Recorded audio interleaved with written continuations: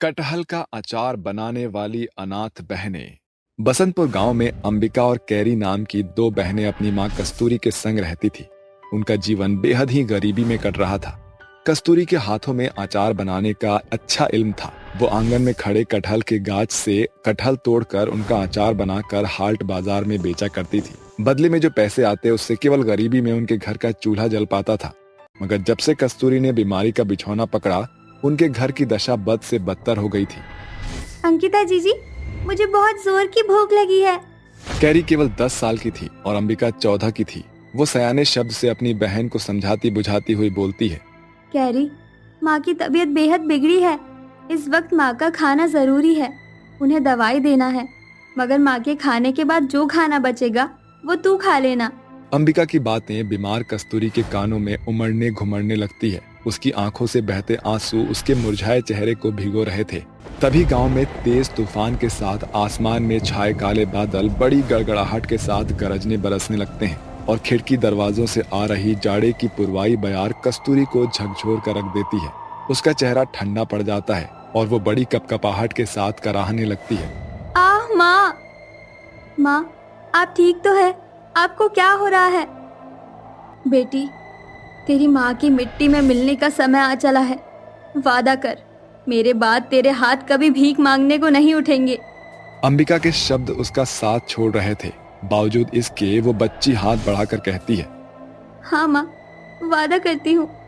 उस रात बसंतपुर गांव में बरसाती बादलों का काफिला तो छट जाता है, मगर अंबिका और कैरी के सर से बचा हुआ एकमात्र माँ का साया भी छिन जाता है। सारी रात अनाथ बहनों का दुख दरिया बनकर बहे जा रहा था। चढ़ते सूरज की लालिमा के साथ भोर की बेला गांव को अंजोर करती है। दोनों बहन अपनी मां का अंतिम संस्कार करके घर लौटती हैं। तभी कैरी देर रात भूख जताते हुए कहती है, दीदी, मुझे बहुत जोर की भूख लगी है। ये सुनकर अंबिका की निगाहें चूल्हे पर रखे चावल के बर्तन पर पड़ती है और वो झिझकते हुए कहती है, कैरी, रात का भात बचा है, खाओगी? हाँ जीजी, मगर उससे माँ के हाथों बने कटहल का अचार जरूर देना। अंबिका खाना देकर सोच में डूब जाती है। अभी तो बासी चावल से चल बन गया, मगर कल क्या होगा? भगवान मेरी मदद कर, ताकि पेट की आग बुझाने के लिए मुझे और मेरी बहन को किसी के आगे हाथ न पसारना पड़े। ये सोचते हुए अंबिका की नजर अचार पर पड़ती है। अचार? हाँ, मैंने और कैरी ने माँ के साथ कई बार कटहल का अचार बनाया है। अब मैं और कैरी कटहल का अचार बनाएंगी। इसी के साथ अंबिका पेड़ की टहनी से एक बड़ा सा कटहल तोड़कर उसे काट छाट कर छोटे छोटे टुकड़ों में बांट देती है। अब जल्दी से उन्हें उबालने के लिए चूल्हे पर चढ़ा देती हूँ। इसके बाद अंबिका उबलते हुए कटहल को बड़े से बर्तन में उड़ेल कर नपे तुले हाथों से मसाला मिलाने लगती है और पूरे एक दिन धूप में पकाकर बोलती है, अब ये कटहल का अचार बाजार में बेचने के लिए तैयार है। कैरी, जरा चक्कर तो बता, कैसा बनाया है तेरी बहन ने कटहल का अचार? कैरी झट से अचार का एक फांक खाकर बोलती है, दीदी, अचार तो बेहद मजेदार बना है, बस इसमें कलौंजी और कश्मीरी लाल मिर्च की थोड़ी कमी है। इसके बाद कैरी और अंबिका कटहल के अचार को जार में सजा धजा कर ठेले पर लाद कर बेचने लगते हैं। आओ आओ चटोरी चाची, चखो कटहल का अचार, सास के जैसा तीखा, ननद के जैसा नमकीन। अचार की मसालेदार खुशबू से मंदाकर निमकी नाम की एक औरत अनाथ बहनों के अचार खरीदने की खातिर वहां खींची चली आती है। अरे कैसे बेच रही हो कटहल का अचार बिटिया? 15 का एक पाव है और 50 रुपए का 1 किलो कटहल का अचार है काकी। फिर तो झट से 2 किलो कटहल का अचार बांध दो और ये रखो 100 रुपए। अंबिका झट से कटहल का अचार बांधकर निमकी की ओर बढ़ा देती है। बदले में निमकी उन्हें पैसे दे देती है, जिसे लेकर दोनों बहनें अपने अचार के ठेले के साथ आगे बढ़ जाती हैं। कटहल का अचार खाओ आओ काकी मौसी और खरीदो कश्मीरी लाल मिर्च मसाले से भरपूर कटहल के अचार। दिन भर की बिक्री के बाद दोनों बहनें सूरज डूबने के साथ ही घर की ओर डग फेर लेती हैं। जीजी, आपका चेहरा बुझा हुआ क्यों है? क्योंकि कैरी, दिन भर में हमारे कटहल के अचार की बिक्री सिर्फ 500 ही हुई है और अचार बनाने में मिर्च मसालों और तेल की लागत का पड़ता 400 रुपए का था। मतलब सारे दिन में हमने 100 रुपए कमाया है। कोई बात नहीं जीजी, आज हमारे कटहल के अचार के व्यापार का पहला दिन था। बहुत जल्दी हम बहनों के अचार का जादू चप्पे चप्पे में छा जाएगा। ऐसे ही समय बीतता है और दोनों बहनें भरपूर मेहनत के साथ कटहल का अचार बनाती और उन्हें जार में भरकर बाजार में बेचने निकल पड़ती। अचार ले लो, कटहल का खट्टा मीठा मजेदार अचार खरीदे और खाने का स्वाद बढ़ाओ। अचार की आवाज सुनकर औरतों की भीड़ उनके पास जमावड़ा लगाए खड़ी हो जाती है। तभी रिपना कहती है, अरे ओ चंगू मंगू, कैसे बेच रही हो ये कटहल का अचार? 15 का पाव और 1 किलो का 50 का लगेगा।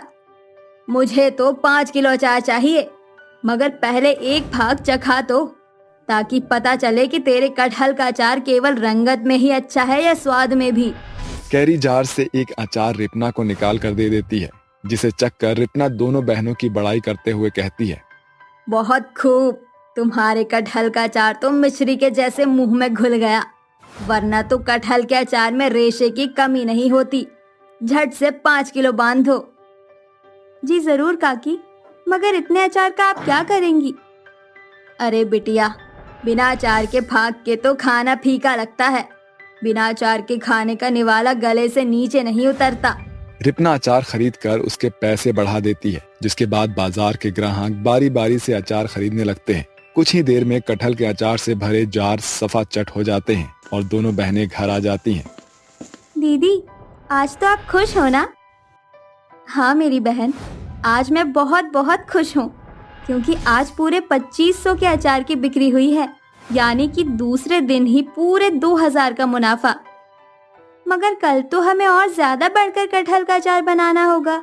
जैसे जैसे दिन बीतते हैं, दोनों अनाथ बहनों के कटहल के अचार का जादू घर घर में छा जाता है, जिससे गरीब अनाथ बहनों की जिंदगी की रेल पटरी पर आ पहुंचती है और वो जोड़ बटोर से बाजार में कटहल के अचार की एक दुकान खरीदकर अचार बनाने लगती हैं। कुछ ही सालों में दोनों अनाथ बहनें सयानी हो जाती हैं। तभी एक दिन एक रईस शख्स कोट पैंट पहने उनके कटहल की अचार की दुकान पर दस्तक देता है। जी नमस्ते, मेरा नाम चिराग है। हमारे कटहल के अचार की दुकान में आपका स्वागत है, कहिए। जी दरअसल मैं बड़ी बड़ी शादी पार्टीज में खाने का कॉन्ट्रैक्ट लेता हूँ। अगर आपके कटहल का अचार हमारे खाने की थाली में शामिल हो जाए तो हम दोनों का फायदा हो सकता है।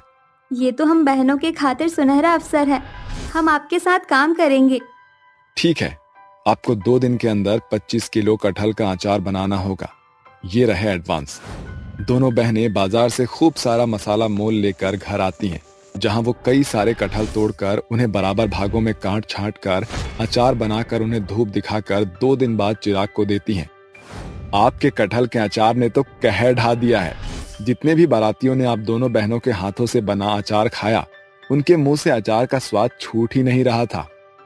आखिरकार अनाथ बहनों ने अपने हाथों की बेहतरता के कारण बने कटहल के अचार से न सिर्फ गांव देहात तक सीमित रही, बल्कि हाट बाजार से शादी ब्याह में भी बढ़ चढ़कर सुर्खियां बटोरती हैं। आज बसंतपुर गांव में उन बहनों का आलिशान घर-बार और बाजार में अचार की बड़ी दुकान उनकी सफलता की छवि को भरपूरी से उभार रही है। बीमार माँ खटिया पर पड़ी हुई बच्चों से बात कर रही है। बेटा, मुझे लगता है अब मैं और ज्यादा टिक नहीं पाऊंगी, इसलिए एक दूसरे की हमेशा मदद करना। और राधिका बेटा, तू तपस्या का ख्याल रखना, वो छोटी है अभी। नहीं माँ, ऐसा मत कहो, आप हमें छोड़कर कहीं नहीं जा सकती। दीदी, क्या हुआ? माँ की ऐसी खराब सी आवाज क्यों आ रही है? बेटा, अब मेरे जाने का समय हो रहा है, अपना ख्याल रखना। इतना कहते ही रवीना भगवान को प्यारी हो जाती है और उसके दोनों बच्चियां राधिका और तपस्या अनाथ हो जाती हैं। दोनों बच्चियां बहुत रोती हैं। माँ कैंसर से पीड़ित थी और बाप तो पहले ही नशे की धुत में दुनिया को छोड़ चुका था। एक पंडित द्वारा उनकी माँ का अंतिम संस्कार हो जाता है और एक हफ्ता बीत जाता है। दोनों बच्चियों को आसपास के लोग खाना दे दिया करते थे, पर अब दोनों भूख से तड़प रही थी। उनके पास खाने के लिए कुछ भी नहीं था। तभी छोटी बहन कहती है, दीदी, मुझे बहुत भूख लग रही है, कल रात से कुछ भी नहीं खाया, कुछ बना दो ना दीदी। क्या बनाऊं तपस्या, कुछ समझ नहीं आ रहा। घर में खाना बनाने का एक दाना नहीं है। चलो जंगल की ओर चलते हैं, कुछ तो हमें खाना बनाने के लिए मिल ही जाएगा। वैसे भी इस जंगल में बहुत सब्जियां हैं, कुछ होगा तो वही बना दूंगी। हाँ दीदी, चलो। ऐसा कहकर दोनों बहनें हाथ पकड़कर जंगल की ओर जाती हैं, जहां बहुत देर से उन्हें कुछ भी खाने लायक चीज नहीं मिलती। तभी राधिका को एक कटहल पड़ा हुआ मिलता है, जिसे उठाकर वो कहती है, अरे ये तो बिल्कुल सही है। वैसे भी हम दोनों को कटहल खाना कितना पसंद है। माँ रोज शाम को बनाया करती थी।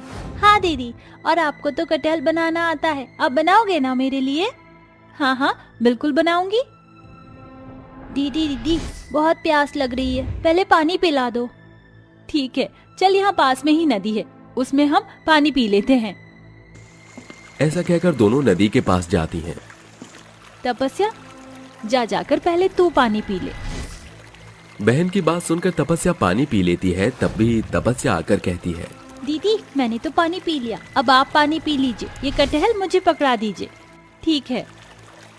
तभी राधिका नदी से पानी पीती है कि तपस्या के हाथ से वो कटहल गिरकर नदी में चला जाता है और तपस्या रोते हुए कहती है, हे भगवान, ये क्या हो गया? दीदी कटहल तो नदी में गिर गया, अब मैं क्या करूं? अब हम खाना कैसे खाएंगे? बड़ी मुश्किल से तो हमें कटहल मिला था इस जंगल में। अरे तूने ध्यान क्यों नहीं रखा? अब हम क्या करेंगे? मैं तो भूखी रह लूंगी, पर मुझे चिंता तो तेरी है। दीदी मुझे माफ कर दो, मुझसे बहुत बड़ी गलती हो गई। कोई बात नहीं, रोना बंद कर, शांत हो जा, मत रो तप्पू। राधिका के कहने पर भी तपस्या ऐसे चुप नहीं होती। तभी उस नदी से एक देवी प्रकट होती हैं और वो कहती हैं, पुत्री, अश्रु बहाने बंद करो। तुम एक दिन के खाने के लिए तरस रहे थे ना? मैं तुम्हें जादुई सोने का कटहल देती हूँ, जिससे तुम खाना नहीं बहुत कुछ मांग सकती हो, अपनी इच्छाएं पूरी कर सकती हो। तुम्हारा कटहल यहाँ गिर गया ना? ये लो तुम्हारा सोने का कटहल पेड़। देवी नदी के ये कहते ही वहाँ एक जादुई सोने का कटहल का पेड़ आ जाता है, जिसे देखकर दोनों बहनें अचंभित हो जाती हैं। और देवी नदी कहती है, पुत्रियों, जादुई सोने के कटहल का पेड़ का लाभ सिर्फ तुम ही ले सकती हो, अन्यथा कोई इसे तुमसे लेने का प्रयास करेगा तो ये पेड़ तुरंत गायब हो जाएगा। शुक्रिया देवी नदी, हमारे कटहल के बदले आपने हमें पूरा सोने का कटहल पेड़ दे दिया। हम वादा करते हैं इस पर लालचियों से बचाकर दूसरों की मदद करेंगे। मैं जानती हूँ तुम दोनों नेक दिल बच्चियाँ हो, इसलिए मैंने तुम्हें सोने का कटहल पेड़ सौंपा है। इतना कहते ही देवी नदी गायब हो जाती है और राधिका तपस्या उस पेड़ को देखकर कहती है, दीदी ये सोने के कटहल तो कितने जगमगा रहे हैं ना? हाँ छोटी, मुझे तो इतने प्यारे लग रहे हैं कि इन्हें तोड़ने का बिल्कुल मन नहीं कर रहा। पर तुम्हें भूख लग रही है ना? मैं तुम्हारे लिए कुछ अच्छा सा बनाती हूँ। उससे पहले सोने के कटहल को तोड़कर सुनार को दे आऊं। तभी राधिका सोने के कटहल को तोड़कर सुनार के पास जाती है और उसे बेचकर पैसे ले आती है, जिससे वो सारा राशन खरीद कर घर लाती है और छोटी से कहती है, बता छोटी, तुझे क्या खाना है? मैं सारा सामान लेकर आई हूँ। दीदी आप मेरा और अपना दोनों का फेवरेट बना लो। ठीक है, तो तेरा पास्ता और कटहल की सब्जी के साथ पराठे बना लेती हूँ। हाँ दीदी जल्दी बनाओ, मेरे मुंह में तो पानी आ गया है नाम सुनते ही। तभी राधिका उसके लिए पास्ता और कटहल की सब्जी बनाती है। कुछ देर बाद दोनों बहनें चाव से खाना खाती हैं। दीदी मेरी फ्रॉक देखो ना, कितनी छोटी हो गई है। मुझे दीदी और नए कपड़े दिलाने चलो ना। वैसे तो हम पर हैं ही, और आप भी ले लो, आपके बाल ऐसे खुले रहते हैं। अब हेयर बैंड, फ्रॉक, सूट, बहुत सारी शॉपिंग कर सकती हो। ठीक है, मैं तुझे दिला दूंगी। वैसे भी तेरा जन्मदिन आ रहा है, दिलाना तो था ही मुझे। तभी दोनों बहन फिर से जादुई कटहल पेड़ के पास जाती हैं और कहती हैं, हे जादुई सोने के कटहल पेड़, हमें तुम्हारी सहायता चाहिए, जिससे मैं अपनी बहन का जन्मदिन मना सकूं। मुझे कटहल दे दो। राधिका के ऐसा कहते ही जादुई कटहल पेड़ से सोने का कटहल खुद टूटकर उसके हाथों में आ जाता है, जिसे लेकर दोनों बहन सुनार को बेच देती हैं और उन पैसों से मॉल में जाकर शॉपिंग करती हैं, अपने लिए अच्छे अच्छे कपड़े खरीदती हैं। अगले दिन दोनों नई ड्रेस में तैयार हो जाती हैं और राधिका अपनी बहन को गले लगाकर कहती है, जन्मदिन की बहुत बहुत शुभकामनाएं मेरी छोटी बहन। मैं तेरी सहेलियों को बुला कर लाती हूँ। शुक्रिया दीदी ये सब करने के लिए। ठीक है, अब इंतजार कर। ये कहते ही राधिका उसके हम उम्र बच्चों को जन्मदिन में निमंत्रण देती है। तभी एक रोती हुई बुढ़िया हॉस्पिटल से आकर कहती है, हे भगवान, मैं क्या करूं? कोई तो मेरी मदद के लिए भेजो। इतने सारे पैसे कहाँ से लाऊं मैं? दादी माँ, आप इतना रो क्यों रही हैं? क्या हुआ? बेटा, तेरे दादाजी अंदर जिंदगी और मौत के बीच जूझ रहे हैं। मुझे उनके ऑपरेशन के लिए पैसे चाहिए। 5 लाख कहाँ से इंतजाम करूं? आप फिक्र मत कीजिए, मैं हूं ना, मैं आपको पैसे देती हूँ। तभी ध्रुव नाम का व्यक्ति राधिका की बात सुनकर कहता है, अरे ये छोटी सी बच्ची कहां से इतने सारे पैसे लाएगी, जरा देखता हूं। तभी ध्रुव राधिका का पीछा करते हुए सोने के कटहल के पेड़ के पास पहुंच जाता है और देखता है कि राधिका कुछ बोलती है, जिससे सोने के 3 कटहल टूटकर उसके हाथ में आ जाते हैं और वो उसे बेचकर उस बूढ़ी दादी को पैसे दे देती है, जिससे वो बूढ़ी दादी अपने पति की जान बचा लेती है। वहीं ध्रुव राधिका के जाते ही सोने के कटहल को जैसे ही छूता है वो पेड़ गायब हो जाता है। पेड़ को गायब होता देख ध्रुव सोच में पड़ जाता है। तभी राधिका वहां दोबारा आती है और उस लड़के को देखकर कहती है, आप यहाँ क्या कर रहे हो? आपकी वजह से मेरा जादुई सोने का कटहल पेड़ गायब हो गया। वो मुझे भी वो सोने का कटहल चाहिए। ये लालची लोगों के हाथ नहीं आता। मैं लालची नहीं हूँ। जैसे तुमने उन दादी की मदद की है वैसे मेरी भी कर दो।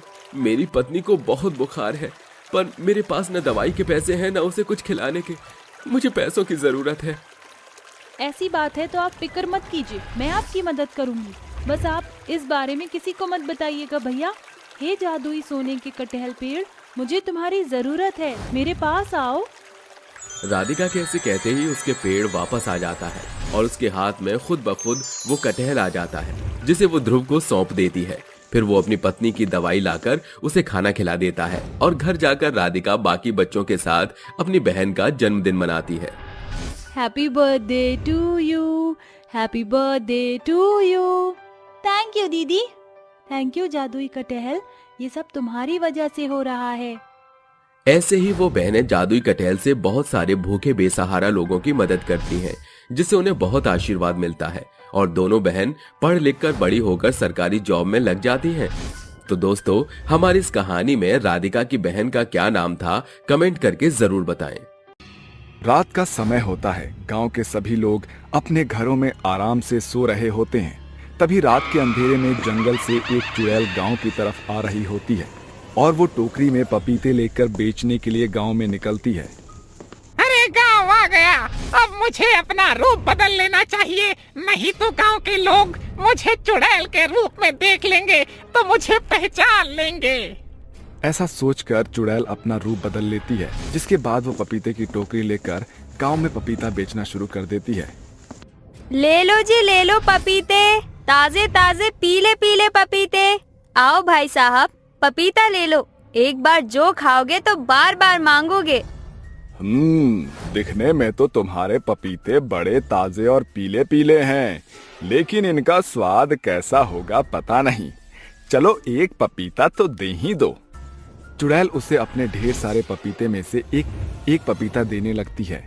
जैसे ही निरंजन पपीता लेने के लिए आगे हाथ बढ़ाता है, चुड़ैल अपने असली रूप में आ जाती है और उसका हाथ पकड़ लेती है। तुझे क्या लगा कि मैं तुझे पपीता बेचने के लिए यहाँ पर आई हूँ? अरे मूर्ख, देख तेरे सामने तेरी मौत खड़ी है। अब बता तू क्या करेगा? अरे चुड़ैल छोड़ दो मुझे। अरे मैंने तेरा क्या बिगाड़ा है? अरे तू मेरे पीछे क्यों पड़ी? अरे आखिर तू चाहती क्या है? अरे इस गांव में तो और भी लोग हैं, मुझे छोड़ दे, मैं तेरा शिकार ढूंढ कर ला दूंगा। तू एक चुड़ैल को लालच दे रहा है? अरे अब देख मैं तेरा क्या हाल करती हूँ। चुड़ैल उसे उठा कर पटकने लगती है, जिसके बाद चुड़ैल उस आदमी को पपीता बनाकर अपने पपीते की टोकरी में डाल लेती है। वो टोकरी को सर पर उठाकर पपीता बेचने लगती है। ऐसे ही वो रोज रात के समय पपीता बेचने के लिए निकल पड़ती है। धीरे धीरे गांव के कई लोग गायब हो जाते हैं, जिसके चलते गांव के सभी लोग आपस में बात करते हैं। कई दिनों से देख रहा हूँ गांव में कभी कोई गायब होता जा रहा है। आखिर कौन है जो हमारे गांव से लोगों को इस तरह गायब कर रहा है? मेरे पति 2 दिन से लापता है, कोई खोज खबर नहीं, कोई सुराग नहीं। आखिर वो कहाँ गायब हो गए, मुझे कुछ समझ नहीं आ रहा। मैं तो कहती हूँ कि इस बात की इत्तला हमें पुलिस को दे देनी चाहिए। जब तक हम पुलिस को रपट नहीं लिखवाएंगे तब तक हमें कुछ पता नहीं चलेगा कि आखिर लोग कहाँ गायब हो रहे हैं। करिश्मा की बात मानकर गांव के सभी लोग अपने गांव के थाने में जाकर रिपोर्ट लिखवा देते हैं, जिसके बाद पुलिस यहाँ वहाँ लोगों को ढूंढने लगती है। लेकिन इतनी छानबीन करने के बाद भी पुलिस वालों को कोई सुराग नहीं मिलता। एक दिन रात के समय चुड़ैल फिर से गांव में पपीता बेचने के लिए पहुंच जाती है। आखिरकार मैं गांव में पहुंच ही गई। अब मुझे अपना रूप बदल लेना चाहिए। चुड़ैल अपना रूप बदल लेती है और वो एक इंसानी रूप में आ जाती है, जिसके बाद वो पपीते बेचने लगती है। ले लो जी, ले लो पपीते, ताजे ताजे पीले पीले पपीते। आओ भाई साहब, पपीता ले लो। एक बार जो खाओगे तो बार बार मांगोगे। चुड़ैल पपीता बेचते बेचते गांव में यहाँ से वहाँ घूमने लगती है। वहीं दूसरी तरफ चुड़ैल को इंसान रूप में बदलते हुए हरिया देख लेता है और उसका पीछा करते करते वो भी यहाँ से वहाँ घूमने लगता है। आखिर ये चुड़ैल हमारे गांव में कर क्या रही है? इसका मकसद क्या है? मुझे इस बात का पता लगाना ही होगा। तभी हरिया देखता है कि चुड़ैल एक औरत को पपीता बेच रही होती है। जैसे ही वो औरत चुड़ैल से पपीता लेने वाली होती है, चुड़ैल अपने असली रूप में आ जाती है और उसे अपने बाकी पपीते जैसा बनाकर टोकरी में डाल लेती है। ये सब देखकर हरिया दंग रह जाता है। धत तेरी की, इसका मतलब गांव के लोग इस प्रकार गायब होते जा रहे हैं। ये चुड़ैल हमारे गांव के लोगों को मारकर उन्हें ले जाती है। इस बात की खबर तो मुझे गांव के सभी लोगों को देनी ही होगी। हरिया चुड़ैल के जाने तक छिपा रहता है, जिसके बाद अगले दिन जैसे ही सवेरा होता है, हरिया गांव के सभी लोगों को इकट्ठा करता है और उन्हें चुड़ैल की हकीकत के बारे में बताता है। मेरी बातों का विश्वास करो, मैंने खुद अपनी आंखों से देखा है। वो पपीता बेचने आती है और लोगों को मारकर अपने टोकरी में ले जाती है। अगर ऐसा है तो हम सबको सतर्क रहना होगा, वरना वो चुड़ैल हमारे ऊपर कभी भी हमला कर सकती है। आखिर वो चुड़ैल ऐसा क्यों कर रही है? हमें उस चुड़ैल को ऐसा करते हुए रोकना होगा। लेकिन हम उस चुड़ैल को रोकेंगे कैसे? वो चुड़ैल तो बहुत शक्तिशाली होगी। पास के गांव में अघोरी बाबा रहते हैं, वो हमारी मदद कर सकते हैं। आज रात में किसी भी तरह से उन्हें लाने की कोशिश करूंगा। तुम सभी अपने अपने घर से बाहर मत निकलना जी। कमलेश अघोरी बाबा को लेने के लिए निकल पड़ता है। देखते ही देखते दिन ढल जाता है और रात होने लगती है। रात होते ही गांव के सभी लोग अपने अपने घरों में घुस जाते हैं। कोई भी गांव में यहाँ से वहाँ नहीं घूमता। रात के समय चुड़ैल फिर से पपीता बेचने के लिए गांव में पहुंच जाती है, लेकिन यहाँ वहाँ किसी को भी न देखकर वो हैरान रह जाती है। अरे अरे, गांव में तो कोई भी दिखाई नहीं दे रही है। आखिर कहाँ गए सभी के सभी? वो ऐसा सोच ही रही होती है कि तभी कमलेश अघोरी बाबा को लेकर उसके पास पहुंच जाता है। जैसे ही चुड़ैल अघोरी को देखती है, वो गुस्से में अघोरी बाबा से कहती है, अच्छा, तो मेरी सच्चाई गांव वालों को पता चल ही गई। तभी तुझे ये लोग मुझसे लड़ने के लिए लेकर आए हैं।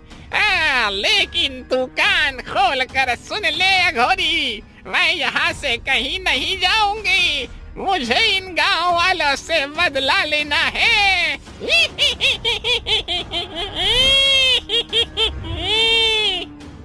देख चुड़ैल, सीधी तरह पूछता हूँ, सही सही जवाब दे दे।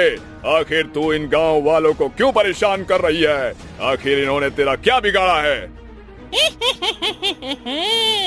तो होता कौन है मुझसे ये पूछने वाला? तू जानता नहीं है अघोरी कि मैं कितनी शक्तिशाली हूँ। तीखी मिर्ची है तू, ऐसे नहीं मानेगी। अघोरी अपने मंत्रों द्वारा पढ़ी हुई भभूति चुड़ैल के ऊपर फेंक देता है, जिसके बाद चुड़ैल तड़पने लगती है और कहती है, रुक जा तांत्रिक, ऐसा मत कर। मैं तुझे सब कुछ बताती हूँ। कुछ ही समय पहले की बात है। मैं इस गांव में रहा करती थी। मैं बहुत गरीब थी, इसलिए पपीते बेचा करती थी। लेकिन गांव का कोई भी आदमी मुझसे पपीता खरीदता ही नहीं था, जिसके चलते मेरे सारे पपीते सड़ गए। एक दिन मुझे बहुत तेज भूख लगी थी।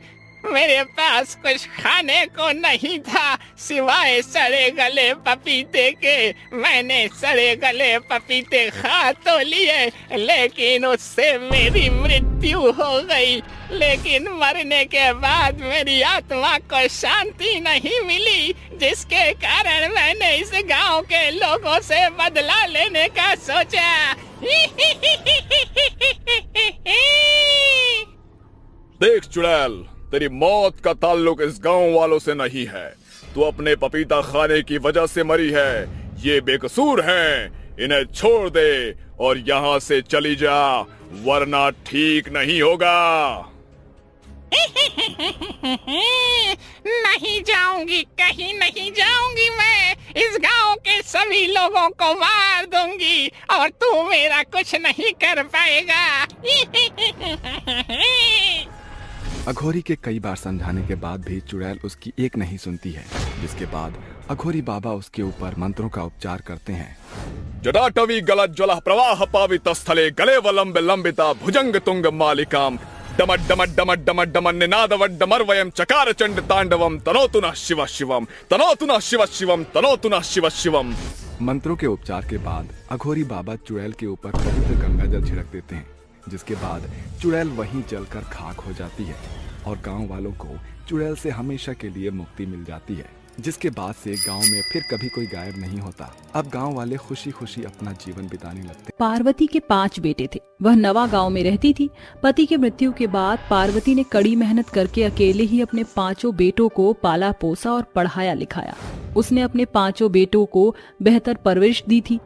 20 बरस बीत चुके थे। बूढ़ी पार्वती अपने पति की तस्वीर के सोंझे खड़ी भरी आंखों से बात कर रही थी। देख रहे हो ना जी, तुमसे किया वादा मैंने पूरा किया। हमारे 5 बेटे अपने पैरों पर खड़े हो गए हैं। अब बस उन्हें शादी के बंधन में बांधना बचा है।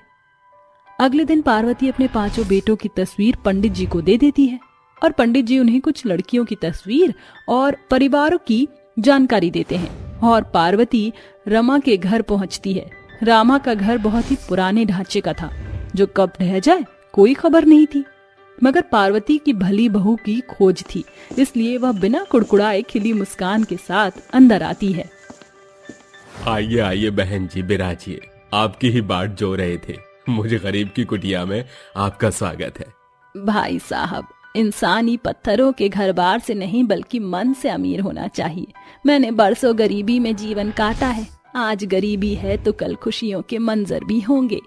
पार्वती का भला आचरण देखकर गरीब रामा का मन खुशी से गदगद हो जाता है। तभी उसकी 3 बेटियां रिपना, रेवा और जानवी हाथों में नाश्ता लिए हुए पुराना सा सूट पहने उसके सामने आती हैं। ये लीजिए बहन जी, मेरी 3 बेटियां आपके सामने हैं। तीनों बहनें झटपट से पार्वती के पांव छूती हैं और सर झुकाकर खड़ी हो जाती हैं। पार्वती को रामा की 3 बेटियों की सादगी पसंद आ जाती है। भाई साहब, आपकी 3 बेटियों से बेहतर बहू मेरे लिए दूसरी हो ही नहीं सकती। आंखों में बसी शर्म, हया और सुलझा हुआ व्यवहार मेरे मन को भा गया है। आप बस ब्याह की तैयारी कीजिए, मुझे दहेज में कुछ नहीं चाहिए। पार्वती अपने 3 बेटों की शादी रामा की गरीब बेटियों से पक्की करके घर आती है, जहाँ उसके 2 बेटे ऋषि और सुमित कहते हैं। सुमित, ऋषि, क्या बात है बेटा, तुम दोनों के चेहरे पर किस चिंता की लकीरें उभरी हुई हैं? माँ, मैं और ऋषि एक लड़की को पसंद करते हैं और उससे शादी भी करना चाहते हैं। तो इसमें इतना झिझकने की क्या बात है? क्या नाम है उनका? रूही और रंजना माँ, वो दोनों बेहद रईस घराने से ताल्लुक रखती हैं। बेटा, तुम्हारी खुशी के लिए मैं उनके घर जाऊंगी और शादी की बात करूंगी। अगले ही दिन पार्वती अपने 2 बेटों के साथ उनके घर पहुंच जाती है। उनका घर बेहद ही रिहायशी इलाके में था। पारिवारिक बातों से उनकी भी शादी पक्की हो जाती है और उनका पिता कहता है, ये आपकी खुशकिस्मती है पार्वती जी, जो शिव कपूर की बेटियों ने आपके बेटों से दिल लगी कर ली और आपको रईस बहुओं की सास बनने का गोल्डन बटन मिला है। शिव कपूर अपनी बेटियों को शादी इतने शानो शौकत से करेगा कि जहां देखेंगे उनकी डोलियां अखबारों में दर्ज हो जाएंगी।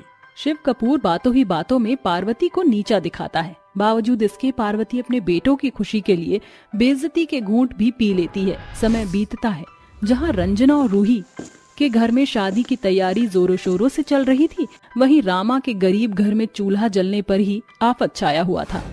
क्या बात है बाबूजी, आपके चेहरे पर ये किस दुख की दुविधा है? बस बेटी, तुम तीनों के ब्याह के खर्च के बारे में सोच रहा हूँ। साहूकार से लेके जमींदार तक सभी के आगे हाथ पसार कर देख लिया, मगर सभी ने हाथ खड़े कर लिए। अब कैसे उठेगी इस गरीब बाप के घर से बेटियों की डोली? ब्याह में इतने कम दिन बचे हैं और जेब में एक खोटा सिक्का भी नहीं। शायद रामा की जग हंसाई होकर रहेगी। ऐसा न कहिए बाबूजी, हम तीनों बहनें आपकी पगड़ी नहीं उछलने देंगी। अभी ब्याह में 15 दिन का पड़ाव बाकी है। अभी फसल कटाई का काम जोरों पर है। कल से हम खेत खलिहानों में बनिहारी करेंगी। जहां रईस बहन रंजना और रूही शादी के कई सप्ताह पहले से पार्लर में पैसे फूकती, वहीं गरीब बहनों के हाथ पांव माटी से सने हुए शादी के खातिर रामा और उसकी तीनों बेटियां पेट काट कर पैसे बटोर रही थीं। शादी के 2 दिन पहले जीविका अपना और अपनी बहनों का खरीदे हुए सस्ते कपड़े से लहंगा सिलती है और शादी का दिन दस्तक देता है। सारे पैसे तो खर्च हो गए, अब अपनी बेटियों के लिए कहां से लाऊं डोली? बाबूजी, हमें डोली की जरूरत नहीं। आप हरिया काका से उनका ठेला आज के दिन के लिए उधार मांग लीजिए। हम उस पर बैठकर विदा हो जाएंगी, जिसके बाद आप उसे ले आना। 5 बहुएं सज धज कर बैंक्वेट में आती हैं, जहां रखी रईस बहुओं की चांदी की डोली चकमक के जैसे चकाचौंध हो रही थी, जिनके बगल में तीनों गरीब बहू का ठेला, रिक्शा और तिपहिया रेड़ी खड़ी थी। वह देखकर रूही और रंजना ठहाके मारकर गरीब बहुओं की हंसी उड़ाती हैं। रंजना, वो देखो, इन गरीब गवार बहनों के बाप के पास इतने पैसे भी नहीं थे कि अपनी बेटियों की डोली में बिठाकर विदाई दे। अरे रूही, अच्छा है तीनों बहू भाजी तरकारी के जैसे ठेला, रिक्शा और रेड़ी पर लद कर ससुराल आएंगी। क्या हंसनुमा नजारा होगा वो। देखो, वही रही हम बहुओं की डोली चांदी की है। हमारे डैडी ने लाखों रुपए लगाकर वह डोली बनवाई है हमारे लिए। जेठानी जी, वो क्या है ना कि हम अपने गरीब बाबूजी के कंधों को कर्जों के बोझ तले दबाना नहीं चाहते थे। इंसान को उतना ही पांव पसारना चाहिए जितनी की चादर हो। फिर सबकी किस्मत आप दोनों बहनों की तरह बलवान नहीं, आप अमीरी में पली बड़ी हैं। बस बस, बहुत हुआ तुम्हारा लेक्चर। थोड़ी ही देर में 5 अमीर गरीब बहनें 7 फेरों के संग पार्वती की बहू बन जाती हैं, जिसके बाद रामा अपनी बेटियों को ठेले, रिक्शे और रेड़ी पर बिठाकर ससुराल के लिए विदाई देता है। तो वहीं रईस बहू चांदी की चमकती डोली में बैठकर ससुराल के लिए निकल पड़ती हैं। तभी बहू के संग लौट रही बारात गरीब बहुओं की डोली को देखकर ठहाके मारकर हंस पड़ती है। जहां कहार अमीर बहुओं की डोली को लेकर चल रहे थे, तो वहीं रामा और उसके कुछ दोस्त गरीब बहुओं के वाहन को धक्का मारकर आगे बढ़ा रहे थे।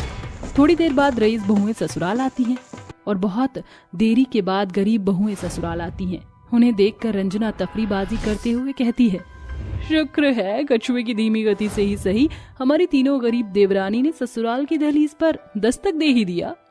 वैसे हमारी गरीब देवरानी की डोली देखकर आज तो बारातियों का खून बढ़ गया होगा। देखा नहीं था कैसे मुंह छिपाकर हंस रहे थे। वैसे इस 2 कौड़ी की डोली से बेहतर तो तुम तीनों पैदल पार पथ से यहाँ पहुंच जाती। अरे देखा नहीं कैसे आलती पालती मारकर बेचारी अपनी 2 कौड़ी की डोली में बैठी हुई थी। मुझे तो इन तीनों पर तरस आ रहा था। रईस बहुओं के मुंह से उड़ता हुआ मजाक देखकर तीनों लाचार बहू की आंखों में आंसुओं का सैलाब उमड़ पड़ता है। बस जेठानी जी, बहुत हो गया। अब आप हमारे बाबूजी की बेइज्जती कर रही हैं। आप दोनों का जीवन रईसी में बीता है, मगर हमने होश संभालने के बाद से गरीबी देखी है। एक अनपढ़ शख्स क्या करेगा आप जानती हैं। गांव में हर साल गरीबों का घर ढह जाता है। उन्हें हर साल नए सिरे से शहर पनाह बनाना पड़ता है और फिर बेरोजगारी की मार देखते ही देखते उनकी बेटियां कब ब्याह के लायक हो जाती हैं, उन्हें पता भी नहीं चलता। अब आप बताइए, कहां से लाएगा एक गरीब बाप अपनी बेटी की विदाई के लिए लाखों की डोली। रहने दे बहू, ये बड़े बिजनेसमैन बाप की बेटियां हैं। रंजना और रूही बहू, एक बात याद रखना, शादी का बंधन डोली से नहीं पति और उसके परिवार से पूरा होता है। दुल्हन और डोली का सफर सिर्फ मायके से ससुराल की दहलीज तक बंधा होता है।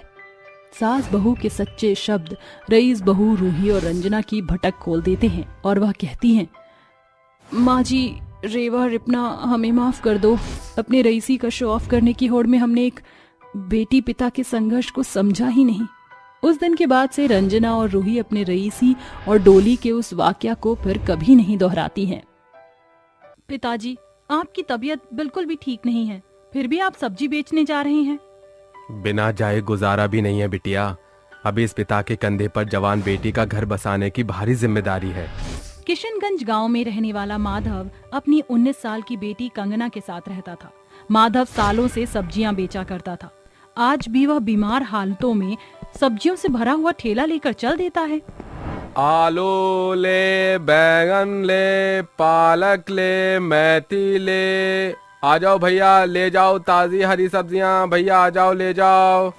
जेठ की लुभरे मौसम और कड़कती धूप में सर से पांव तक वह पसीने से सराबोर हो जाता है कि अचानक धूप की तेज किरणों से उसका सर जोर से चकरा कर एक नुकीले पत्थर पर लग जाता है। हे ईश्वर, कोई बचाओ! लगता है आज तो मेरे प्राण निकल ही जाएंगे। उसके सर से बहता खून पूरी जमीन को रंग देता है और माधव की जान चली जाती है। गांव के कुछ लोग माधव की लाश को उठाकर ले आते हैं, जहां कंगना रोती हुई कहती है, हे भगवान, तू इतना निर्दयी कैसे हो सकता है? जन्म के वक्त माँ छीन ली और आज पिताजी भी मुझे छोड़ गए। बस कर कंगना बिटिया, रो रो कर आंखें सुजा ली हैं तूने। कंगना हिम्मत बांधकर अपने पिता की चिता को अग्नि देती है और चिता के पास बेसुध होकर रात भर फूट फूट कर रोती है। मैं तो इतनी पढ़ी लिखी भी नहीं हूँ कि कोई अच्छी नौकरी कर सकूं, लेकिन हिसाब किताब में तो मेरा जोड़ घटाव एकदम ठीक है। मैं भी अब से सब्जी बेचूंगी। वह पाई पाई जोड़कर मंडी से सब्जियां खरीद कर उन्हें बेचने के लिए गांव के सब्जी बाजार में ठेला लगाकर कहती है, सब्जी ले लो, ताजी हरी सब्जी ले लो, सस्ती सब्जी ले लो। अरे ओ सब्जी वाली, ये भिंडी कैसे दी? 10 रुपए पाव है बाबूजी। अरे वाह, तुम तो बड़ी ही सस्ती और ताजी सब्जियां बेच रही हो। बाकी सब्जी वाले ने तो लूट मचा रखी है, सुनार के भाव सब्जियां बेच रहे हैं। ये सुन बाकी के 3 ठेले वाले गुस्से से बौखला कर कहते हैं, अरे पप्पू, ये तो तेरा ग्राहक है ना, देख आज इस छोकरिया से सब्जियां ले रहा है। फोन तो मेरा भी खोल रहा है, एक बार तो इसको धमकाना ही होगा। तीनों अपना ठेला छोड़कर कंगना से कहते हैं, अरे ओ 2 टके की छोकरी, ये हमारा अड्डा है, हटा अपना ठेला यहाँ से। हमसे दुश्मनी मोल लेना तुझे भारी पड़ेगा। मैं तो आप तीनों को जानती भी नहीं, तो दुश्मनी का सवाल ही कहाँ उठता है। हमारा हक मारा है तूने, अरे हम बरसों से यहाँ सब्जी बेच रहे हैं, उठा अपना ठेला और चलती बने यहाँ से। लेकिन ये तो ग्राहकों के हाथ में होता है कि उन्हें कहाँ का सौदा पसंद आए। उन्हें मेरी सब्जियां सस्ती लगी तो उन्होंने खरीदा। गुस्से से बौखलाकर वो तीनों सब्जियों से भरा ठेला पलटकर चल देते हैं और आए दिन उसको परेशान करते। फिर भी कंगना हार नहीं मानती थी। उसकी सब्जी की दुकान पर रोजाना सैकड़ों लोगों की भीड़ लगती थी। कल तक हमारे गल्ले सब्जियों की बिक्री से नोटों से ठगम ठेल रहते थे, कल की आई 2 टके की छोकरी के चलते पाव भर सब्जी बेचना भी मुश्किल हो गया है। थोड़ी देर के लिए बाजार एकदम सुनसान होने वाला है, आज इसको आखिरी बार धमकाते हैं। कुछ घंटे बाद बाजार में घनघोर अंधेरा और सन्नाटा छाने के साथ वो कहते हैं, बड़ी कमीनी किस्म की छोकरियां है तू, लाख समझाने पर भी तूने सब्जी बेचने का धंधा बंद नहीं किया। हमारे पेट पर लात मारने में तुझे मजा आ रहा है ना, आज तू मरेगी। मैं तुम्हारी खोखली धमकियों से डरने वाली नहीं हूँ, हटो। रुक, अभी मजा चखाते हैं तुझे। रुपेश और अजीत उसका हाथ पकड़ते हैं और पप्पू ठेले का तराजू पलटाकर उठाकर उसके सर पर मार देता है, जिसके साथ उसके सर से खून के फुहारे फूट पड़ते हैं। तुमने मुझे मारकर अच्छा नहीं किया, मैं अपना बदला लूंगी। ये तो मर गई। अगर किसी ने इसको पहचान लिया तो? ऐसा नहीं होगा, इसकी लाश को भाजी तरकारी की तरह काटकर सड़ी गली सब्जियों के गड्ढे में फेंक देंगे। तीनों कसाई उसको फेंक देते हैं, जिसके बाद वो चुड़ैल बनकर कहती है, नहीं छोड़ूंगी, लौट आई हूँ मैं। तकरीबन 10 दिन गुजरते ही एक रात अजीत कहता है, सब्जियां बेचते हुए पता ही नहीं चला कि रात कब हुई। मुझे घर जाना होगा। इतनी भी जल्दी क्या है? खौफनाक आवाज सुनकर जैसे ही अजीत पलटता है तो चुड़ैल गायब हो जाती है। अचानक जोरदार आंधी उठती है। अरे तूफान कैसे उठ गया? मुझे जल्दी से घर भागना होगा। वो जैसे ही ठेले को बढ़ाता है, चुड़ैल उसके ठेले पर ढब से कूद पड़ती है। चुड़ैल के आगे लटके हुए बालों को देख अजीत पूछता है, कौन हो तुम? सारे टमाटर फोड़ दिए, इसका नुकसान क्या तेरा बाप भरेगा? चुड़ैल जोर शोर से रोती हुई बाल हटाकर कहती है, कहो तुम, मैं हट जाना भर दूं सब्जी लेकर। चुड़ैल की लाल स्याह खूनी आंखें और विशाल रूप देख अजीत ठेले से दूर जा गिरता है। अरे अरे बाप रे, तू? आज तो मैं तेरी चटनी बनाऊंगी। चुड़ैल अपने लंबे नाखून उसकी अंतड़ियों के आर पार करके उसे खत्म कर देती है और ठेले की सारी सब्जियां सपाचट करके लंबी डकार मारती है। आज ये चुड़ैल बहुत खुश है।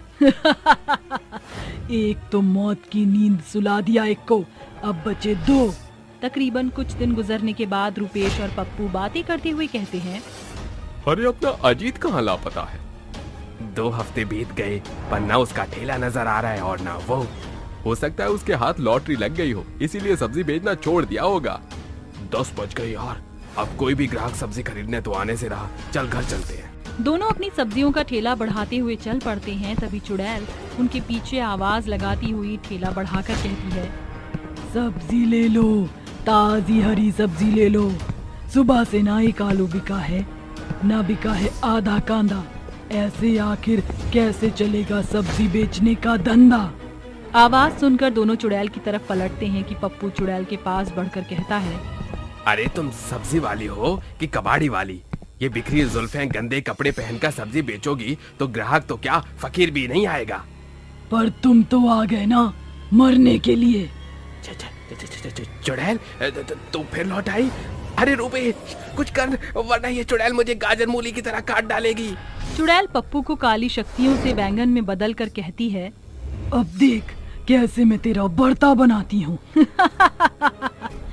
चुड़ैल उस बैंगन को आसमान में उछालकर अपनी आंखों की ज्वाला से झुलसाकर बैंगन बने रुपेश को मसल देती है। इससे पहले कि मैं भी मारा जाऊं, मुझे गांव भागना होगा। पप्पू 100 की रफ्तार से गांव की तरफ भागता है। चुड़ैल भी अपने सब्जी के ठेले के साथ उसके पीछे भागती है। कहाँ भाग कर जाएगा, आज तुझे मरना ही होगा। पप्पू गांव में बैठे लोगों की झुंड के बीच आ गिरता है। अरे भाई कौन हो तुम और इतना घबराए हुए क्यों लग रहे हो? चुड़ैल, एक चुड़ैल मेरा पीछा कर रही है, मुझे बचा लो। चुड़ैल सब्जी से भरे ठेले को पप्पू की ओर धकेल कर कहती है, तुझे मरने से गांव वाले तो क्या यमराज भी नहीं बचा सकता। अरे सरपंच जी, ये तो अपनी कंचन है। पर अब ये इंसान नहीं चुड़ैल बन चुकी है। चुड़ैल पप्पू को उठाकर सब्जियों के ठेले पर धोबी पछाड़ मारकर कहती है, मुझे मारा था ना, अब तू भी मर। रुको, आखिर क्यों मार रही हो इस बेचारे को? ये सुनकर चुड़ैल की आंखों में खून उतर आता है और पूरा गांव आंधी की चपेट में आ जाता है। बेचारा नहीं, कसाई है ये। इसने अपने 2 साथियों के साथ मिलकर मुझे बेरहमी से मारकर मेरी बोटियों को सब्जी के खत्ते में फेंक दिया था। आज मैं इसकी जान ले लूंगी। मुझे माफी दे दो चुड़ैल। छोड़ दो चुड़ैल इसको। मैं इस हत्यारे को किसी कीमत पर नहीं छोड़ूंगी। खबरदार, जो किसी ने मेरे बीच में आने की कोशिश की तो मैं उसे भी मार डालूंगी। चुड़ैल गांव के लोगों पर सब्जियों की बरसात करते हुए अपने विशाल रूप में आकर पप्पू को अपने हाथ में उठाकर मसलते हुए खाने लगती है। नहीं, आज मेरा बदला पूरा हुआ, अब मेरी आत्मा को मुक्ति मिल जाएगी। तीनों हत्यारों को मौत के घाट उतार कर चुड़ैल की आत्मा सितारों की रोशनी के साथ गायब हो जाती है। लेकिन कभी कभी वो चुड़ैल आधी रात सब्जियों के ठेले के साथ दिखा करती थी।